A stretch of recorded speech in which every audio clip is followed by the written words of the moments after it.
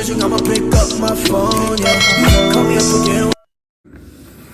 Hi guys, welcome back to my channel, Rams P Official.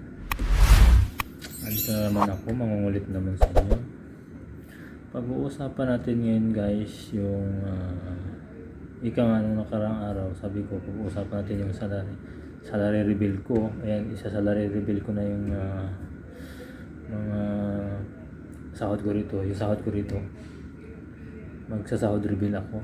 Ito na, i-discuss ko na sa inyo. Yan guys, ano ko lang i-review ko lang yung past 2 years ago na sahod ko.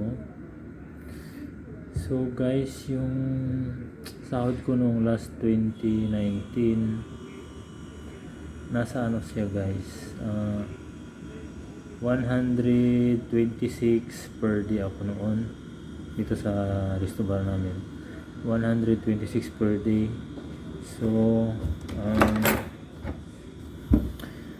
ano noon, ang per day ko noon equivalent sa piso, kasi real naman equivalent sa piso ay 126 times mo sa, palagyan lang natin ang 1 real dito sa Saudi is 13 pesos. So 126 times 13 equals 1,638 po ang per day ko po dito sa trabaho ko. Libre na yung food ko, food tsaka transpo, pero yung bahay namin separate yun, kasama na dito sa amin sa sahod ko. So 1,638 pesos ang isang araw ko noon, last 2019 years, 2019. Yun guys. After nung ang sarap ng buhay ko noon, ganda ng cash flow ko noon. Sa isang buwan ko noon guys, 126 ang per day ko, times mo sa 126 times 30 days, isang buwan equals 3,780 real ang buong sahod ko sa isang buwan. 3,780. So i-times mo siya ng times 13 na lang, wag na yung butal-butal. 13 pesos ang 1 real. 3,780 times mo sa 13 lang equals nasa 49,140 yung ko guys, yung monthly ko dito sa work ko. Biruin mo guys, 49,140. Ako lang po ay regular empleyado dito sa resto bar na to. Last 2 years ago, 2019, 3 years ago na po. 2019, 3 years ago na po. Ang dami pa namin customer. Ang cash flow po ng sales namin ay malaki, kaya so ang demand po ng sahod namin malaki rin. So yun nga, 126 ang per day ko is equal to 1,638 yung piso na i-convert mo. Then in 1 month, 3,780. So i-convert mo yan, 49,140 lang. Wala pang butal dyan, sa 13 lang yan, tinanong lang sa 13 yan. So makikita mo talaga yung cash flow niya, sahod mo noon. At ako ay nakabili pa ng mga gamit, mga luho ko. Ang luho ko lang naman sapatos, mga branded, sapatos na branded. Ang dami kong binili. Yung time na yun yung malaki pa yung namin, yung salary namin. Nung pagdating ng lockdown guys,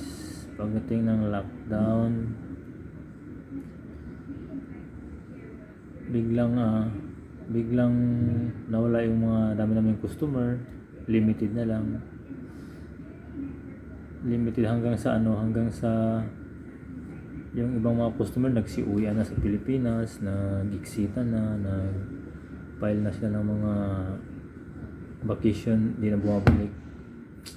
So yung time na yon, yung boss namin nag-reduce ng sahod namin kasi hindi niya kayang bayaran yung field namin na napakalaki. 3,780 guys. Ang iba naman 3,000. Mas malaki sa akin ng konti kasi marami kasi akong ginagampan ng trabaho rito. Cashier, waiter, server, ang dami. Minsan ako pa nagluluto doon ng rice namin. Ako pa nagluluto doon. Yan guys, so makikita mo talaga yung diferensya ngayon. Ngayon, ang binigay sa amin ni boss namin ay hindi naman kayang bayaran yung sahod namin ng ganun kalaki. Whether you like it or not, tanggapin mo talaga kasi sa hirap ng crisis ngayon guys, sa buhay, sa hirap ng buhay ngayon, crisis talaga, totoo lang. Binigyan lang ako ng ni bossing 85 per day na lang ako. Free food, free transpo, may kasamang bahay doon. Unlimited food kami, walang problema sa pagkain. Hindi ako nahirapan sa pagkain dito. Hindi mo nangangayayat dito eh. Hindi mo nangangayayat dito guys. So ang problema lang talaga guys, yung sahod bumaba. Kasi gawa ng pandemic, sobrang crisis, limited lang yung people noon. Kaya yung boss namin nag-decide na medyo reduce ng konti yung sahod namin. So guys, nagiging 85 na lang ako per day ngayon. 85 real per day. I-times mo yung 85 per day sa 13 na lang. 13 equals guys 1,105 na lang ang per day ko ngayon dito sa aking trabaho. 1,105 per day.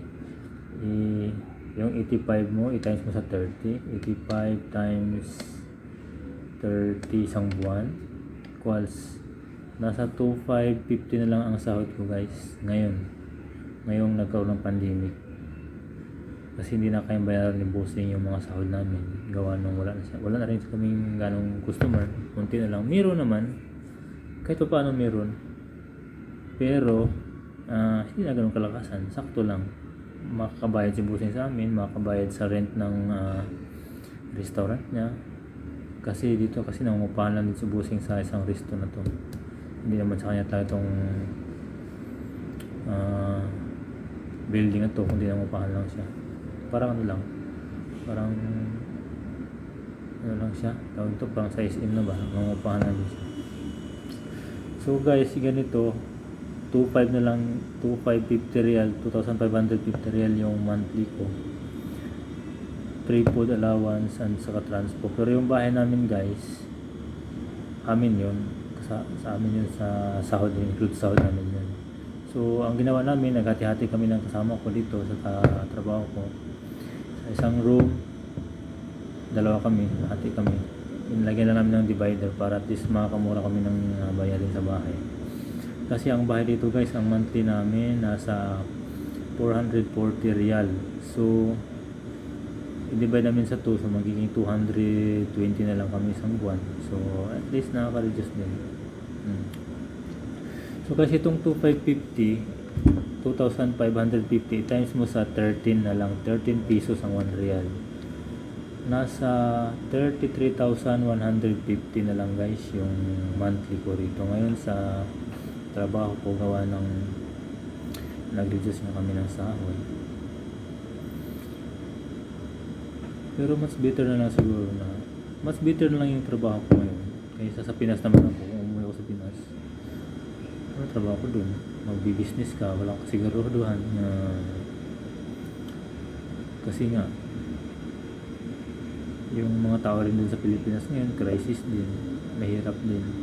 So nag-isip ko na mag-stay na lang muna ako hanggang sa matapos ko yung mga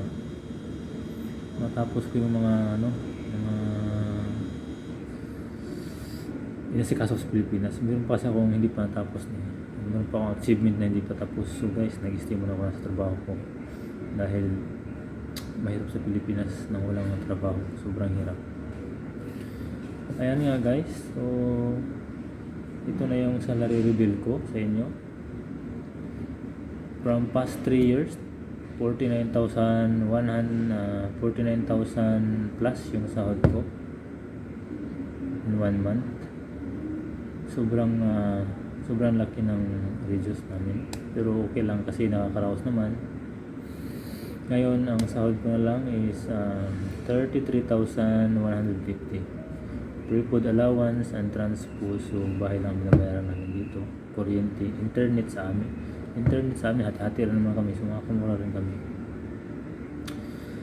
So, guys, ayan guys, nag-reveal na ako sa sahod ko. Ni-reveal ko na yung sahod ko para malalaman nyo kung gaano ba ang hirap ngayon sa buong mundo. Hindi lang dito sa amin, sa buong mundo talaga. Mahirap. Crisis, sa totoo lang. Kaya guys, kayo, yung pira nyo, mag-ipon talaga kayo guys. Pag-ipunan nyo. Sobrang hirap ngayon, sa totoo lang. Ako guys, wala pa naman akong pamilya. Hindi pa naman ako ng pamilya. So, nararamdaman kong hirap din. Kahit wala akong pamilya, nararamdaman ko yung hirap.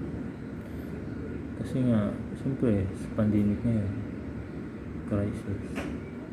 Lahat ng mga kabayan natin na Pilipino, nagsiuwian, nagsiksitan. Kasi, ang daming walang mga sahod guys dito sa mga company. Ang dami, walang sahod, walang makain. Pasalamat nga rin kami, ako, dito sa restaurant, may pagkain kami. Unlimited pa. Kaya, thankful na ako ni Lord na napunta ako sa free food allowance lahat. Hindi mo na kailangan magastos pa. Nakakabili ka naman ng mga pagkain. Minsan lang, yung mga ano lang, gustong-gusto mo lang bilhin. So, guys, ni-reveal ko na yung yung salary reveal ko sa inyo. Sana ay ma-realize nyo rin yung mga cash flow nyo sa kita nyo dyan sa Pinas or saan ba kayong mundo. Kailangan tipid-tipid talaga tayo guys. Tipid, ipon. Saka na yung luho. Ako dati ang luho ko ang grabe. Patos, mahalin pa binibili ko. 5,000, 10,000. Hindi ko alam pandemic, lockdown.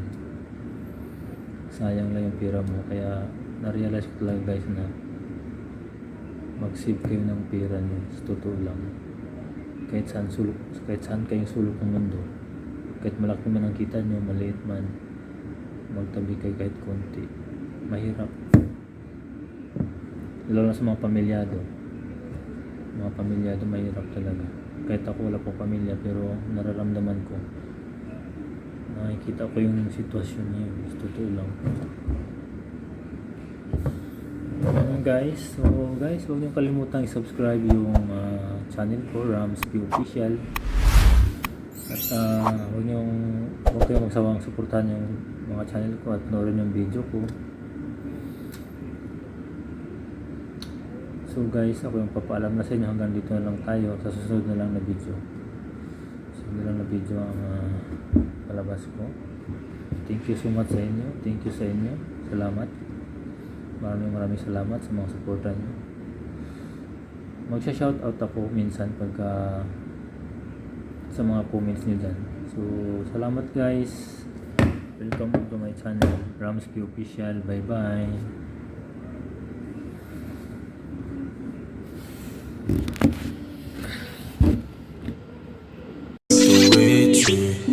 Call me up again, 너의 부재중 I'ma pick up my phone, yeah.